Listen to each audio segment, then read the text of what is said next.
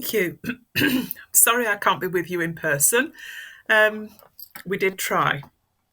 So, what I'm going to talk about today is partly a little bit of history and partly a little bit of what's happening and what my research is pulling together from a variety of companies.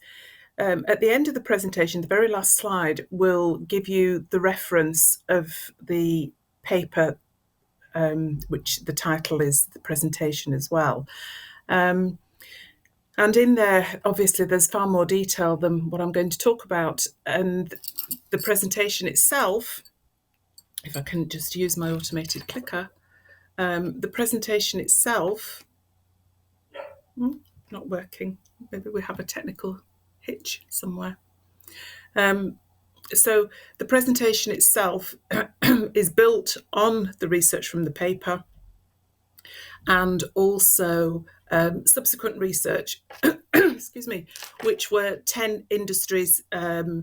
So retail financial services, supermarkets, aerospace, haulage. So every single sector that now, as the previous speaker was saying, every single sector that's been impacted in the last 2 years, that's nothing like we used to have.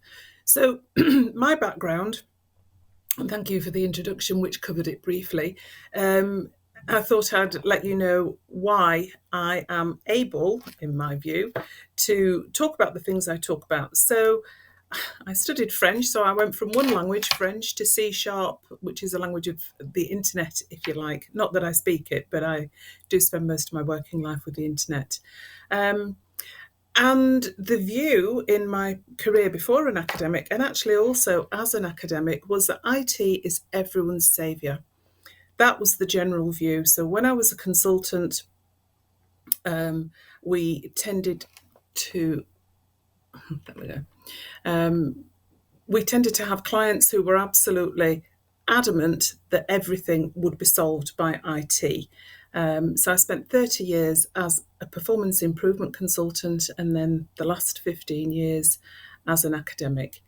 So our solutions tended to be bespoke. Oh, that's better. I can see the slides now. They were bespoke. They covered customer service, but everybody used to talk about data. So IT would be the thing. What we found, though, was that people were usually either an enabler or a glitch in what the systems could do, which impacted customer service, which is why that's there. So when I became an academic, I started to look at these things in a slightly different way than I was able to do in industry. So this bottom diagram here is basically, this is what I have spent my career looking at. Fundamentally, everybody needs to know about their processes. Systems have become a big issue, a big go-to solution. But actually, it's important to remember the tools that we give our people and how we expect our teams to work. And then the circle is the encompassing, if you like, of the environment that we work in and the environment that we have with our customers and our suppliers. So if you like, it's an endless chain. So that's my background. What we found over the years is that data has become all-enveloping. So we've got here a picture of handwritten, which is how it was. And we've grown over the last, 30 years? So I've got two quotations there, two citations. They're both from a decade old, but the sentiment doesn't change. There's been lots and lots of excitement as we've got more and more data. And it's what can we do with that? And in England, which is where I'm speaking to you from, the industrial strategy that the government set out a few years ago was the biggest factor in the industrial strategy is to use data and digitalization as the tool with which to improve productivity. So productivity, even after probably 50 years of data, productivity is still an issue in this country and probably in many others. So sorry, my clicker's died. No.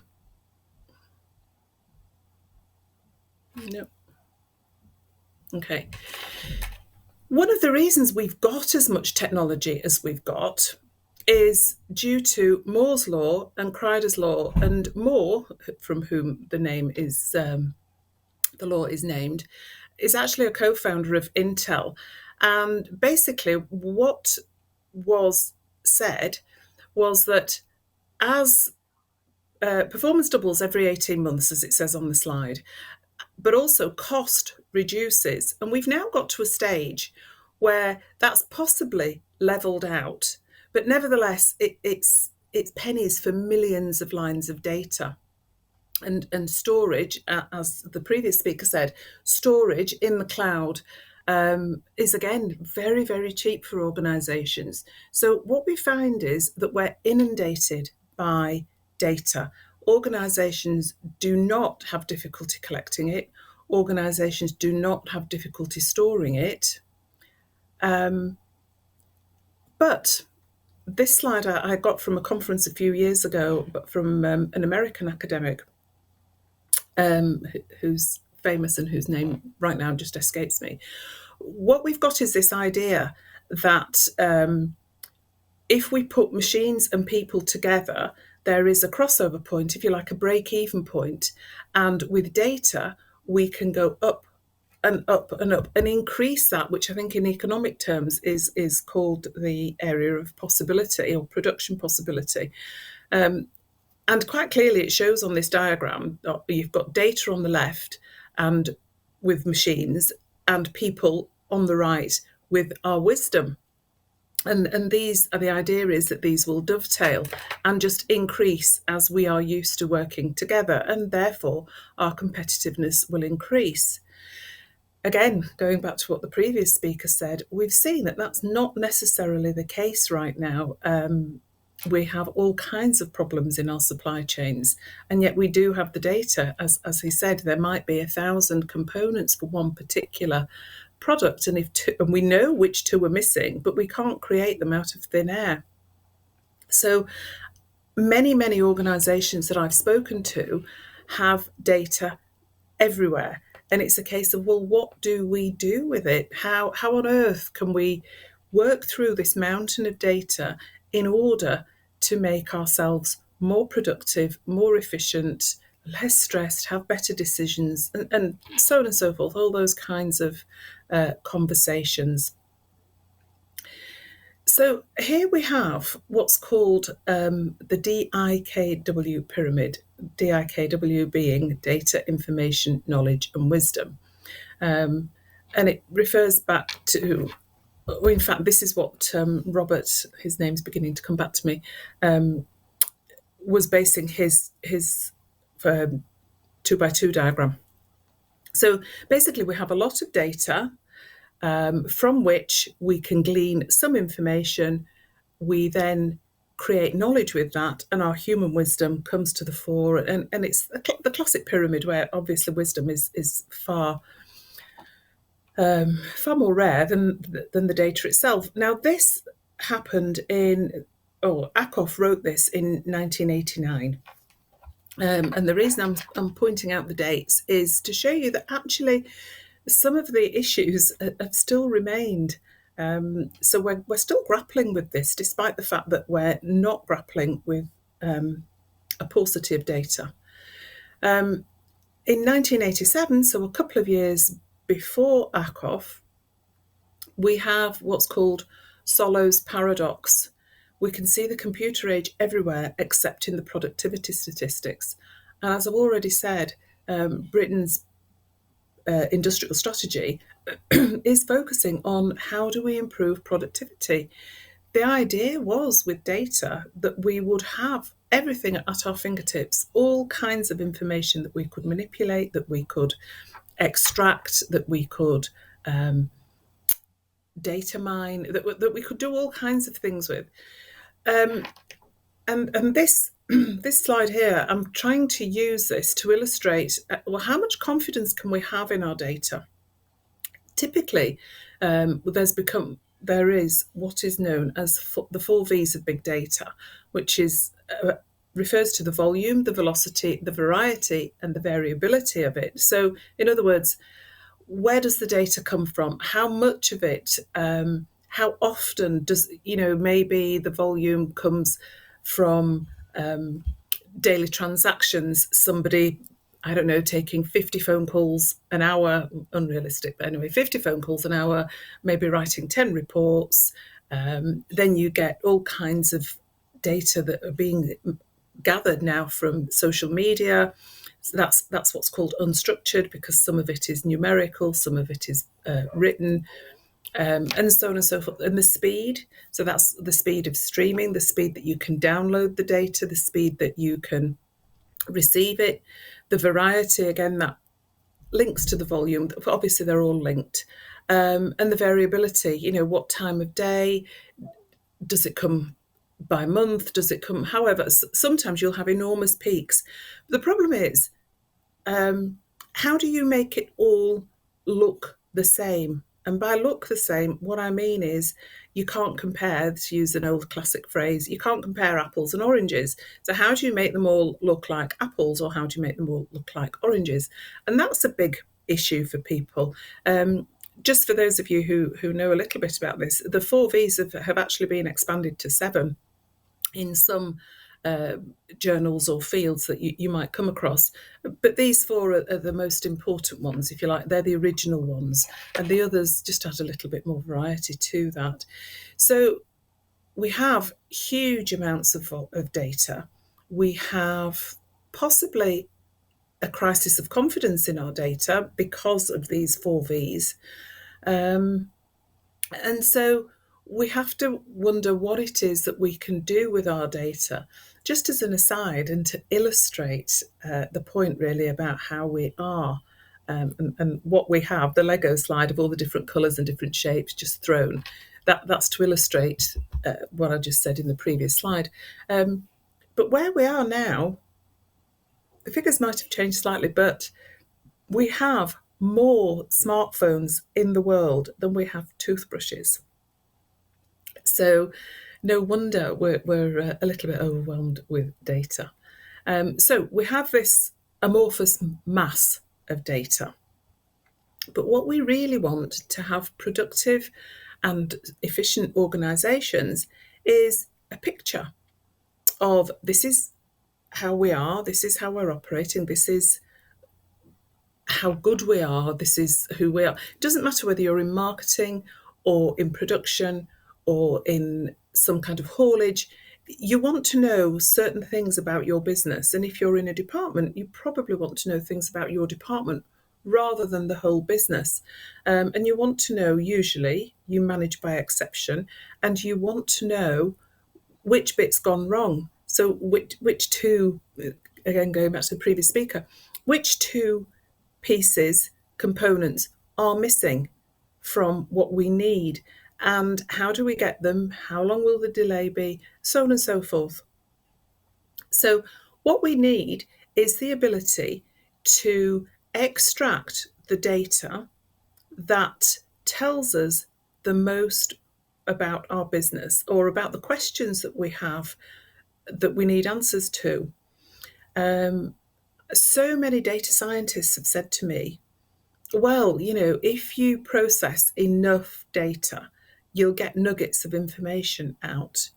That's actually not true, because you need to interrogate the data in a particular way to get whatever answer. The answer might not be what you want, but at least you're answering a particular question. So you can't just go in there. It's like a lucky dip. You can't just go in and hope that you pick out something that's really useful, or keep your hand in there and stir it around for days on end. So you do need to know what it is that you want. So I don't know, if you're the chief executive, you'd want to start with a question about what's your biggest concern? What keeps you awake at night? What, if you don't have the answer to something, what is that something that would keep you awake at night? So we need to be able to extract the data that we want. There is, I find, through the different organisations that I've spoken with, too much data. Some organisations, and I'm not just talking about large organisations here, plenty of small organisations find themselves in the same fix, as it were.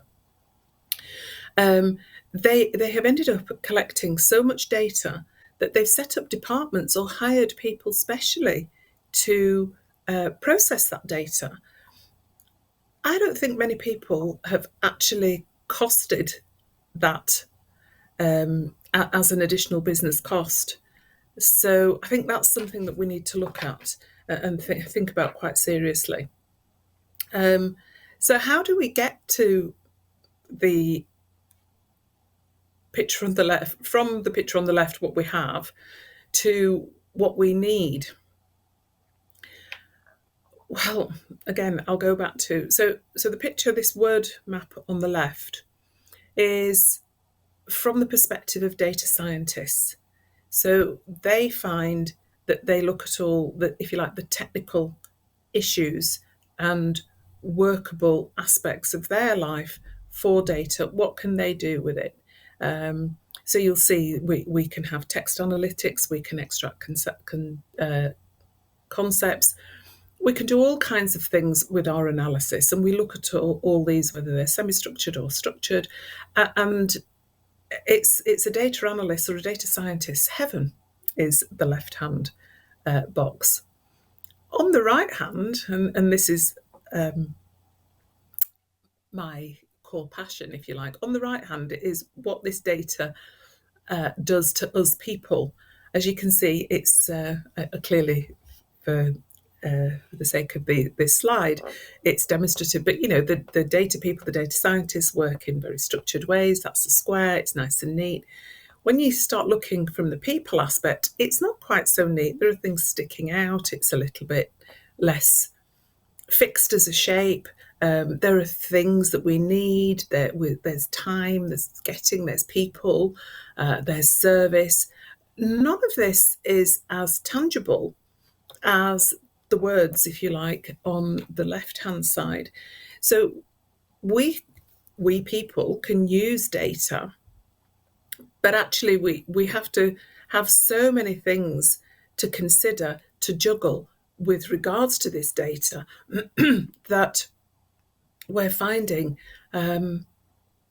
maybe we're just getting lost in everything. Maybe we're overwhelmed. Maybe we just pick out the things that we think that'll do for now. And we find that increasingly we're just going round and round and round, looking at not quite the same things, but not quite moving as quickly forward or resolving problems as we would like, which does very much link with the idea that productivity isn't improving as quickly as we would expect through automation.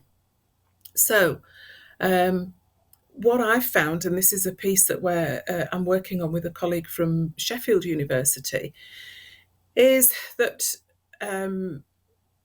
most organisations are now telling us they spend a lot of time in the data and information aspects of Ackoff's pyramid.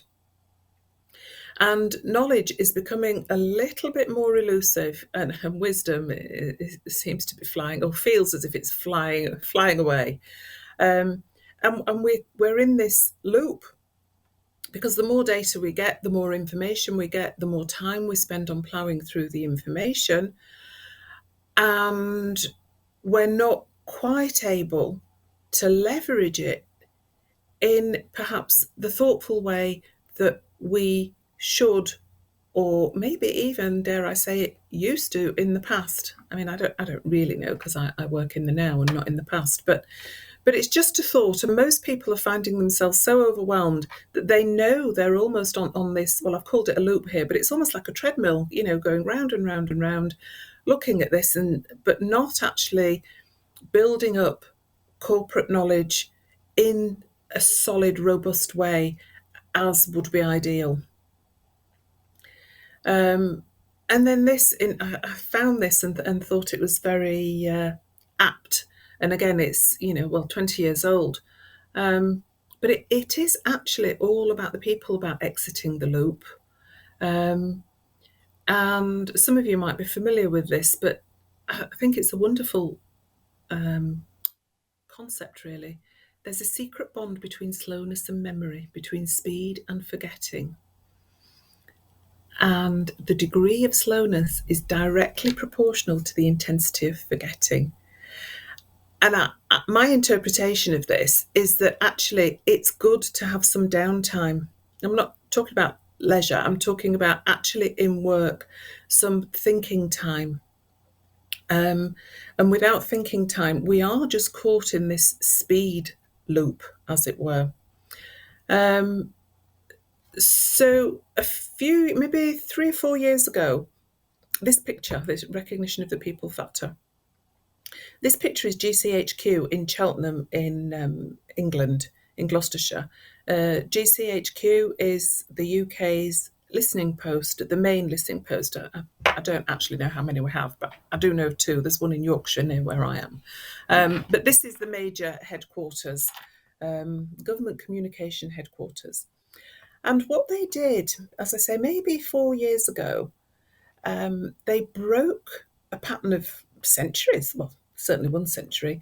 They actively started to hire a different profile of person.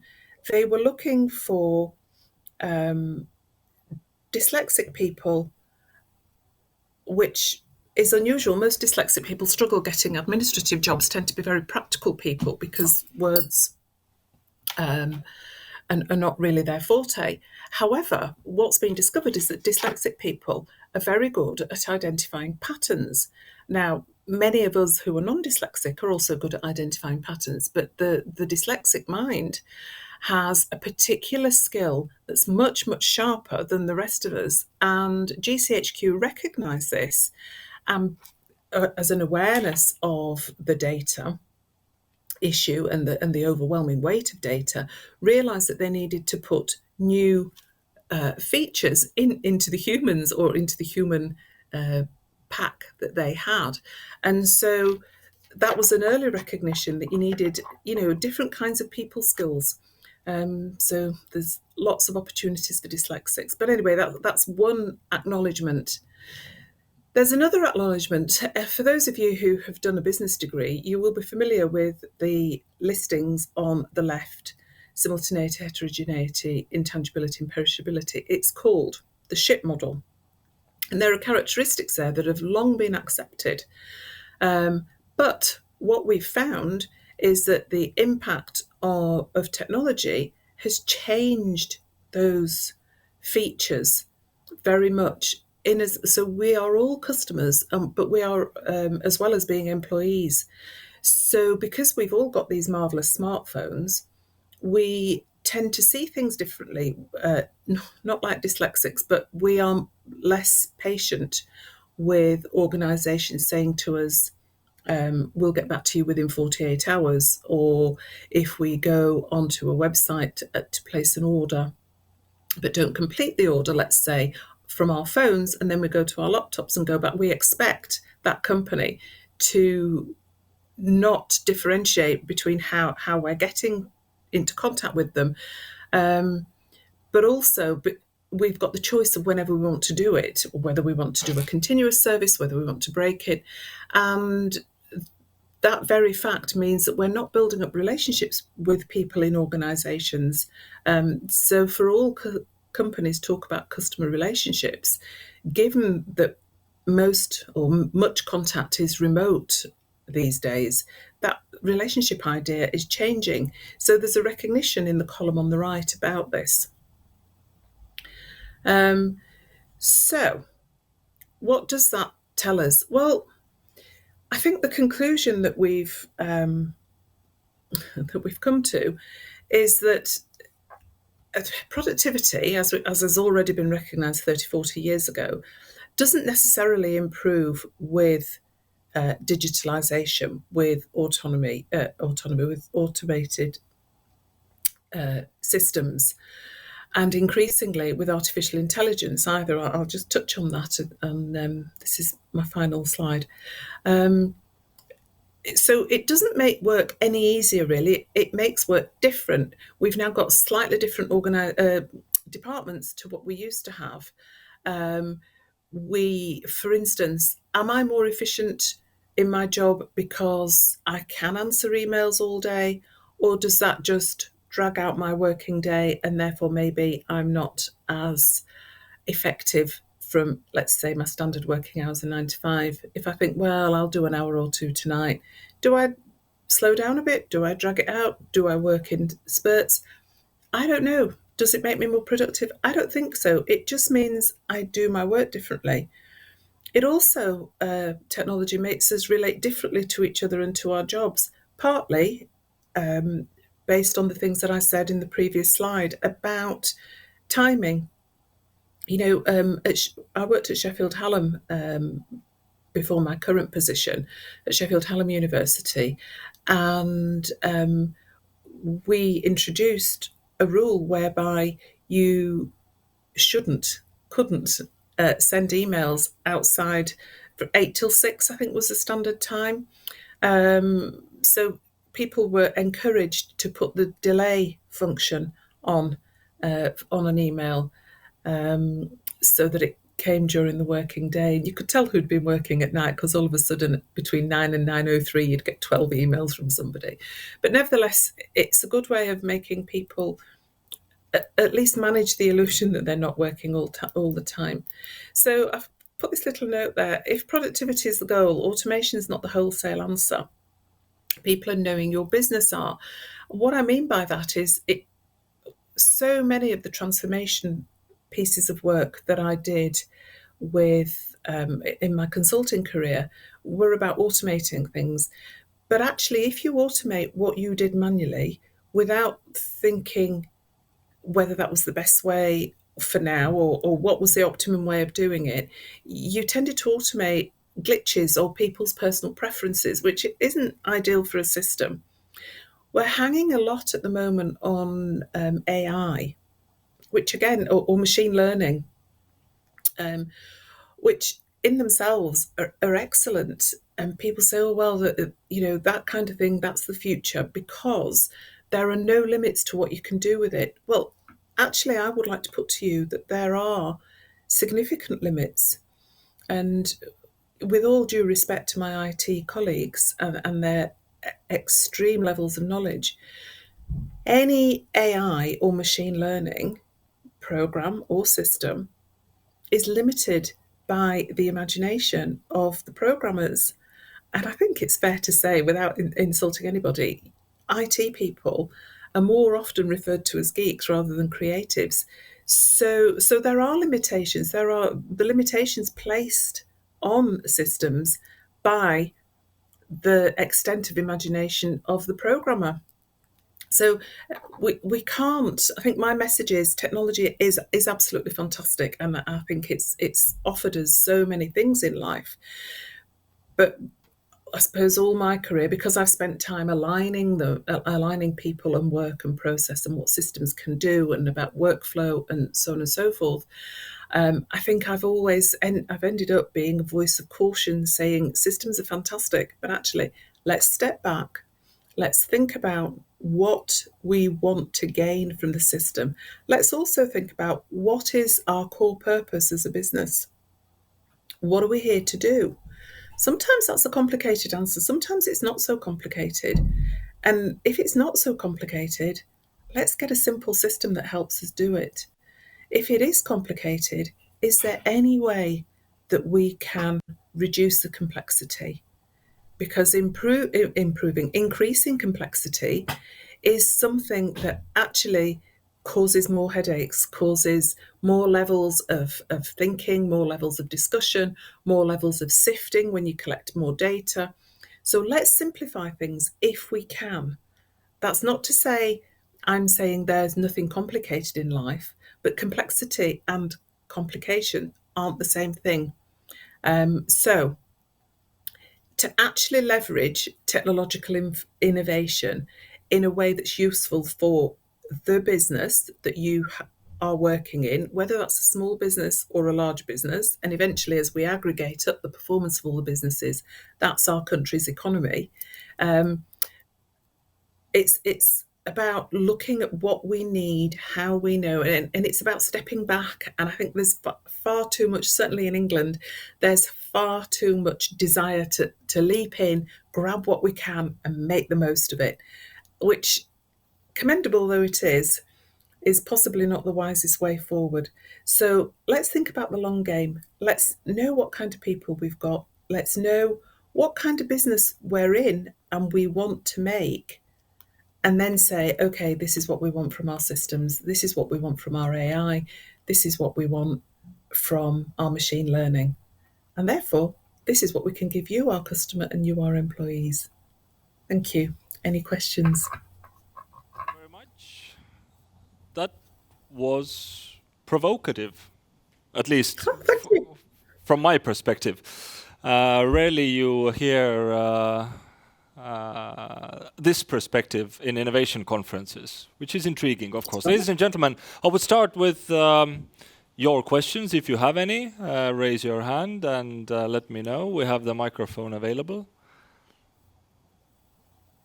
And if not, I'm going to begin with a few of my own. Now, Olga, in principle, do you think big data is a hype?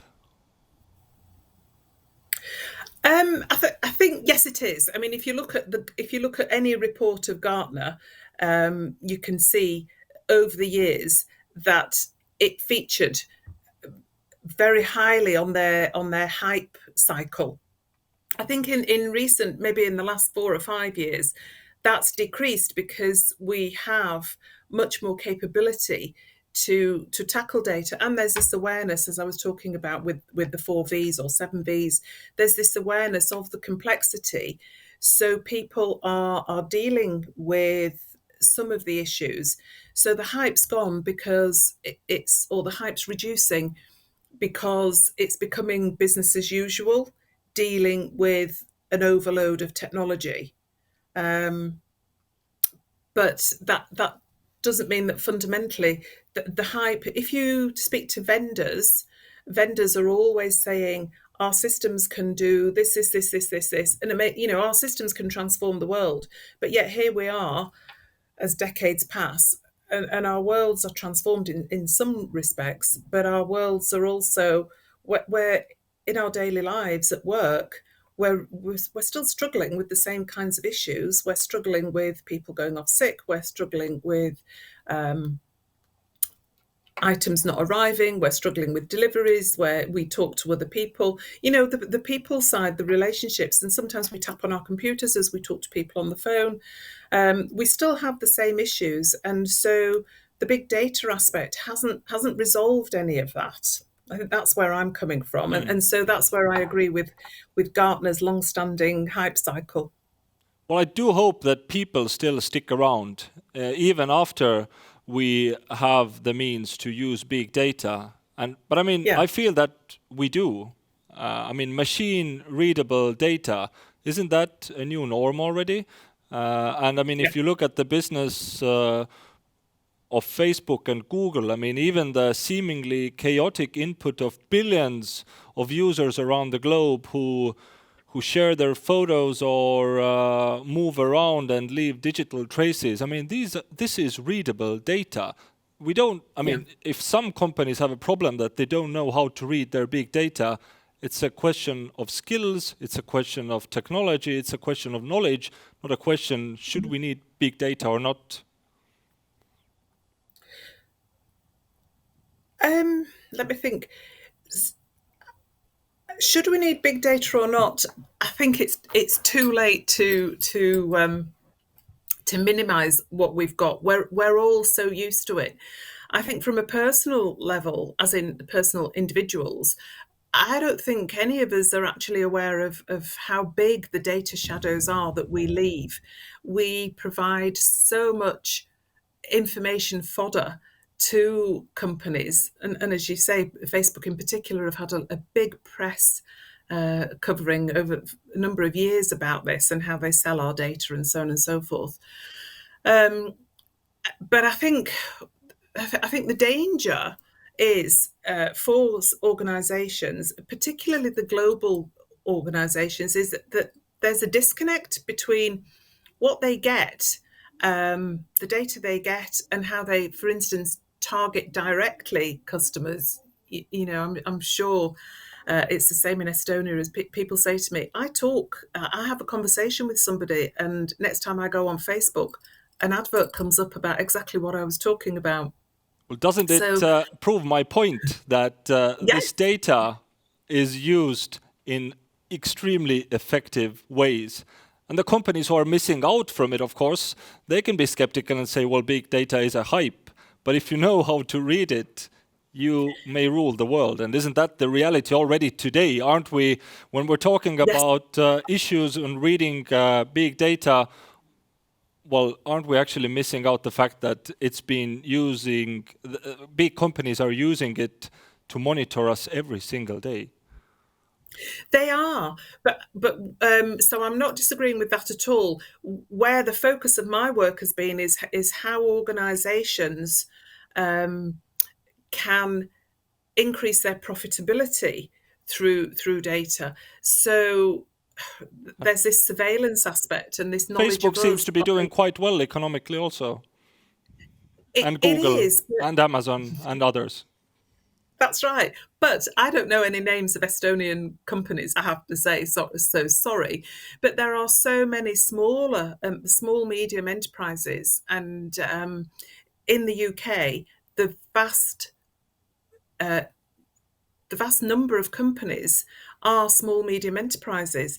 And they can't leverage that data in the same way as the monolithic organizations that you mentioned, which are in the main American.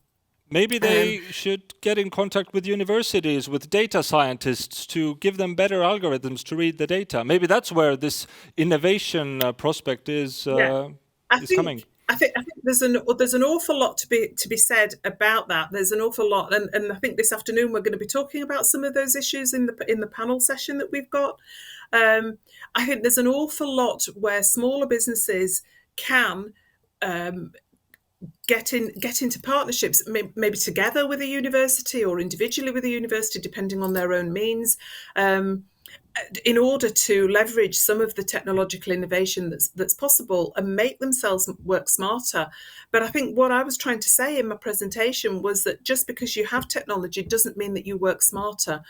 And if there is a possibility of working with a university, and again, rather than just saying, give me an outcome, here's a research project, I want this outcome. It might be to discuss with the university, because there are so many young minds there, not professors like me, but the young minds. I'm still curious, but I haven't got the same connectivity in my head that I had when I was in my 20s and 30s. And so younger people with the ideas that are the students of today, they might have some off the wall ideas, but if you put them, and they're in university studying for master's degrees or doctorates, or even sort of final year undergraduate students, I think universities are a huge pool of knowledge for organisations that might not necessarily have the funds for their own research and development. So pooling together and possibly pooling different companies across industries, across the supply chain, or vertically through a supply chain to make a particular aspect of their business more effective, I think is a phenomenal way to go forward. And we've been trying to do that. As I say, I think we'll probably touch on that later this afternoon. But we've been trying to do that in the UK with mixed results. But there have been some huge successes. If you actually go and look at some of the individual things. We have a question from Emma. Can we get a microphone for her? Thank you. Good morning, UK. Good morning.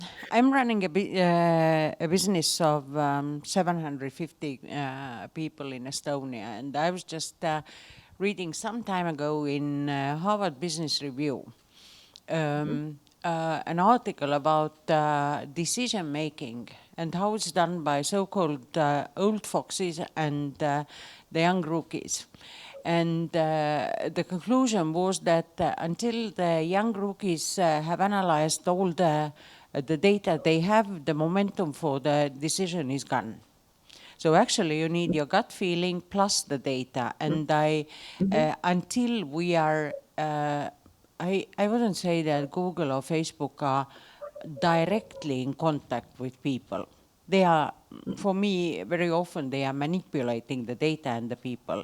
But until you are directly in contact with people, you cannot rely only on any data.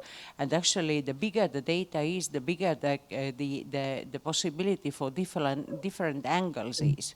So you need to rely on both data and your, well, you called it so nicely wisdom, but I would say it's knowledge. We were disputing with Johannes about gut feeling and so on, but I would say that when you are running this kind of people-related business, then you need to rely on your gut feeling as well. Do you agree? Absolutely. I think there's an echo. I wholeheartedly agree with you, and that's what I was. That particular message was one that I was trying to depict with my take on the on Akov's pyramid, because we are stuck down there. Most of us are stuck down there, and if we so in my job, I'm very lucky because I can take the time and make the space to step back and think, because that's, like, that's part of what I have to do, whether I'm in a consulting role or a professor role. And you're right, and that's the gut feel and experience is built up over years, and I've found increasingly that well, you just absolutely can't replace it. And when people say data is everything, up to a point it is, but the decision making that helps your business grow comes from you and comes from a particular context. And again, that's why these V's of data are an issue, because they do highlight that it takes things out of context or removes context. And in the paper that I'm working with Vita Lanfranchi from Sheffield, that's one of the things that's a problem sort of nationally, and OECD have done a number of reports about that. If anybody wants to look at the OECD reports, taking things out of context does affect the quality of decision making. Ladies and gentlemen, Olga Matthias, thank you very much for joining us. We will be back with you in the panel